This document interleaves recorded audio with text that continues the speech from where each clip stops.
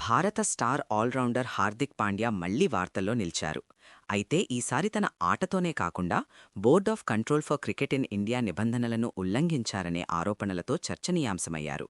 విజయ్ హజారే ట్రోఫీలో బరోడా తరపున ఆడుతున్న పాండ్యా చండీగఢ్తో జరిగిన మ్యాచ్లో ఆల్రౌండ్ ప్రదర్శనతో అదరగొట్టినప్పటికీ బోర్డు పెట్టిన ఒక ముఖ్యమైన నిబంధనను పక్కన పెట్టడం ఇప్పుడు హాట్ టాపిక్ అయింది.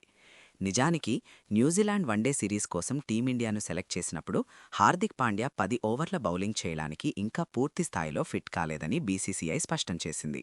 రాబోయే టీ20 ప్రపంచ కప్ను దృష్టిలో ఉంచుకుని పాండ్యాను జాగ్రత్తగా కాపాడుకోవాలని నేషనల్ క్రికెట్ అకాడమీ సెలెక్టర్లు భావించారు.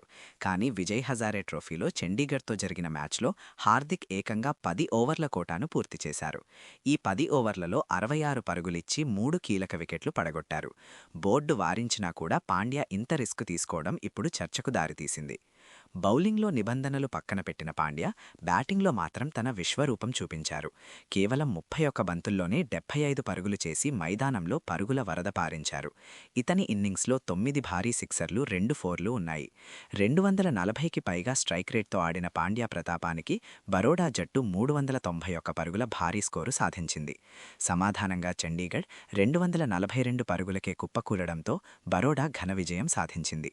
గత 2 మ్యాచుల్లో పాండ్యా ఏకంగా 20 సిక్సర్లు బాదడం గమనార్హం. ఫిట్నెస్ విషయంలో బోర్డు ఆదేశాలను ధిక్కరించినందుకు పాండ్యాకు బీసీసీఐ నుంచి ముట్టికాయలు పడే అవకాశముందని విశ్లేషకులు భావిస్తున్నారు. అయితే టీం మేనేజ్మెంట్ లేదా ఎన్సీఏ నుంచి ముందస్తు అనుమతి తీసుకున్న తర్వాతే ఆయన బౌలింగ్ చేశారా అనే విషయంలో స్పష్టత రావాల్సి ఉంది.